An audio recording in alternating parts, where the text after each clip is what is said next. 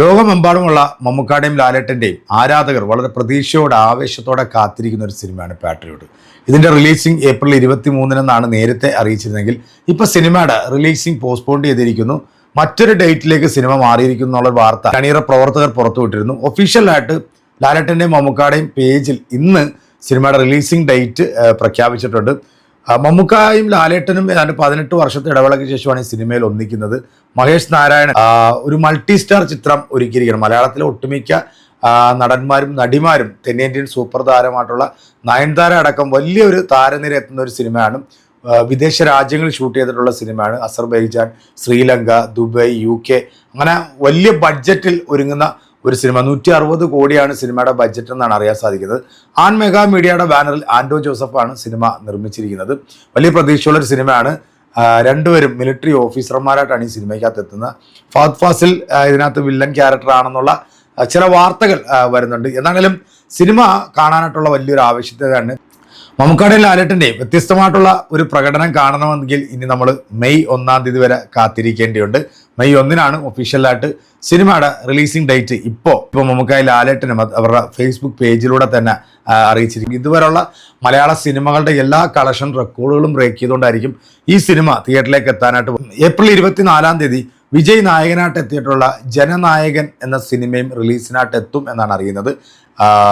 April 2 release ചെയ്യേണ്ടിയിരുന്ന സിനിമയായിരുന്നു ലാലേട്ടനും Jithu Joseph കോംബോയിൽ ഇറങ്ങുന്ന ദൃശ്യം 3 എന്ന സിനിമ. അതും പോസ്റ്റ്പോൺ ചെയ്തിരിക്കുകയാണ്. ഈ യുദ്ധ പശ്ചാത്തലമാണ് ഈ സിനിമകളുടെ റിലീസിംഗ് ഡേറ്റുകളെല്ലാം മാറുന്നത്. കാരണം ഏറ്റവും കൂടുതൽ കളക്ഷൻ നേടുന്നത് GCCയും അതുപോലെ തന്നെ മറ്റ് വിദേശ രാജ്യങ്ങളിൽ നിന്നാണ്. ഈ യുദ്ധത്തിൻ്റെ പശ്ചാത്തലത്തിൽ സിനിമകളെ കാര്യമായി ബാധിക്കുമെന്നുള്ളത് കൊണ്ട് തന്നെയാണ് അവർ ഓരോ പ്രാവശ്യം റിലീസിംഗ് ഡേറ്റ് ഇങ്ങനെ നീട്ടി കൊണ്ടുപോകുന്നത്. എന്തായാലും മെയ് 1 നല്ലൊരു ഡേറ്റ് തന്നെയാണ്. കാരണം ഈ വെക്കേഷൻ സ്റ്റാർട്ട് ചെയ്യാണ്, ഇനി അങ്ങോട്ട് അവധികളാണ്. അപ്പം സിനിമ നല്ലതാണെന്നുണ്ടെങ്കിൽ ഉറപ്പായിട്ടും സിനിമ തൂക്കിയടിക്കും എന്നുള്ള കാര്യത്തിൽ ഒരു സംശയം വേണ്ട. ഗംഭീര കളക്ഷൻ നേടുന്ന ഒരു ചിത്രം തന്നെ ആയിരിക്കും. സിനിമ സൂപ്പർ ആണ് എന്നുണ്ടെങ്കിൽ ഇതുവരെയുള്ള മലയാളത്തിൻ്റെ എല്ലാ കളക്ഷനുകളും ബ്രേക്ക് ചെയ്ത് അതിവേഗം 50 കോടി 100 കോടി 200 കോടി ക്ലബിൽ എത്താൻ പോകുന്ന ഒരു സിനിമ തന്നെ ആയിരിക്കും. ഞാൻ ഈ പാട്രിയോട്ടുമായി ബന്ധപ്പെട്ട് 2-3 വീഡിയോകൾ ചെയ്തപ്പോഴത്തേക്ക് ഇതിൻ്റെ താഴെ വന്നിട്ട് ചില ആളുകൾ കമൻ്റ് ഇടുന്നുണ്ട്.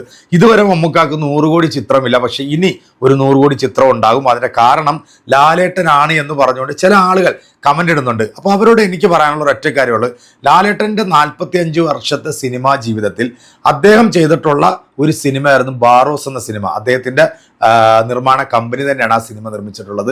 അതെന്തുകൊണ്ടാണ് 100 കോടി ക്ലബിൽ എത്താതെ പോയത്? ദിലീപ് നായകനായിട്ട് എത്തിയ ഭയം ഭക്തി ബഹുമാനത്തിനകത്ത് നമ്മുടെ ലാലേട്ടൻ ഒരു ക്യാമിയോ റോളിൽ എത്തുന്നുണ്ട്.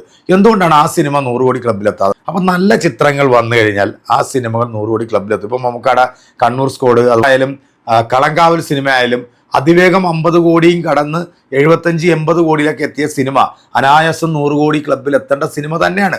പക്ഷെ സെക്കൻഡ് വീക്ക് വരുമ്പോഴത്തേക്കും ഈ കമ്പനികളുടെ ഒരു പ്രൊമോഷൻ്റെ കുറവാണ് ഈ സിനിമയൊക്കെ 100 കോടി ക്ലബിൽ എത്താതെ പോകുന്നത് എന്നുള്ളതാണ് എൻ്റെ ഒരു വിലയിരുത്തൽ.